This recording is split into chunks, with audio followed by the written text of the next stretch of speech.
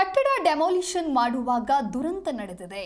5 current ಕಂಬ ನೆಲಕಚ್ಚಿದ್ದು auto ಜಖಂ ಆಗಿದೆ.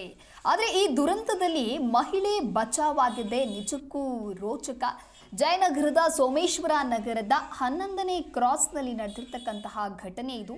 Demolition ವೇಳೆ ನಿರ್ಲಕ್ಷ್ಯವನ್ನ ತೋರಿದ್ದೇ ಈ ದುರಂತಕ್ಕೆ ಕಾರಣ ಅಂತ ಹೇಳಲಾಗ್ತಾ ಇದೆ. ಯಾವುದೇ ಮುನ್ನೆಚ್ಚರಿಕೆ ಕ್ರಮವನ್ನ ತೆಗೆದುಕೊಳ್ಳದೆ ಕಟ್ಟಡ ಡೆಮಾಲಿಷನ್ ಅನ್ನ ಮಾಡಲಾಗಿದೆ. ನೀವು ಕೂಡ ದೃಶ್ಯಾವಳಿಗಳಲ್ಲಿ ಗಮನಿಸ್ತಾ ಇರಬಹುದು. ಕಟ್ಟಡ ಡೆಮಾಲಿಷನ್ ಮಾಡುವಂತ ಸಂದರ್ಭದಲ್ಲಿ ಯಾವ ರೀತಿಯಾಗಿ ದುರಂತ ಸಂಭವಿಸಿದೆ ಅಂತ ಹೇಳಿ. ಅಂದ್ರೆ ಆಟೋ ಕೂಡ ಜಖಂ ಆಗಿದೆ. ನೆಲಕಚ್ಚಿದ ಕಟ್ಟಡದ ಎದುರಿನ ರಸ್ತೆಯಲ್ಲಿದ್ದಂತಹ ಕರೆಂಟ್ ಕಂಬ, ಇನ್ನು ರಸ್ತೆಯಲ್ಲಿ ಮಹಿಳೆ ಕೂಡ ನಡೆದುಕೊಂಡು ಹೋಗ್ತಾ ಇರ್ತಾರೆ. ಆ ಸಂದರ್ಭದಲ್ಲಿ ಮಹಿಳೆಯ ಕತ್ತಿಗೆ ಆ ಕರೆಂಟ್ ಕಂಬದ ವೈರ್ ಸಿಲ್ಕತ್ತೆ. ಮಹಿಳೆಯ ಕೈ ಕಾಲಿಗೆ ಗಾಯವಾಗಿದೆ. ಸದ್ಯ ಸ್ಥಳೀಯ ಆಸ್ಪತ್ರೆಯಲ್ಲಿ ಪ್ರಾಥಮಿಕ ಚಿಕಿತ್ಸೆಯನ್ನ ಪಡೆದುಕೊಳ್ತಾ ಇದ್ದಾರೆ.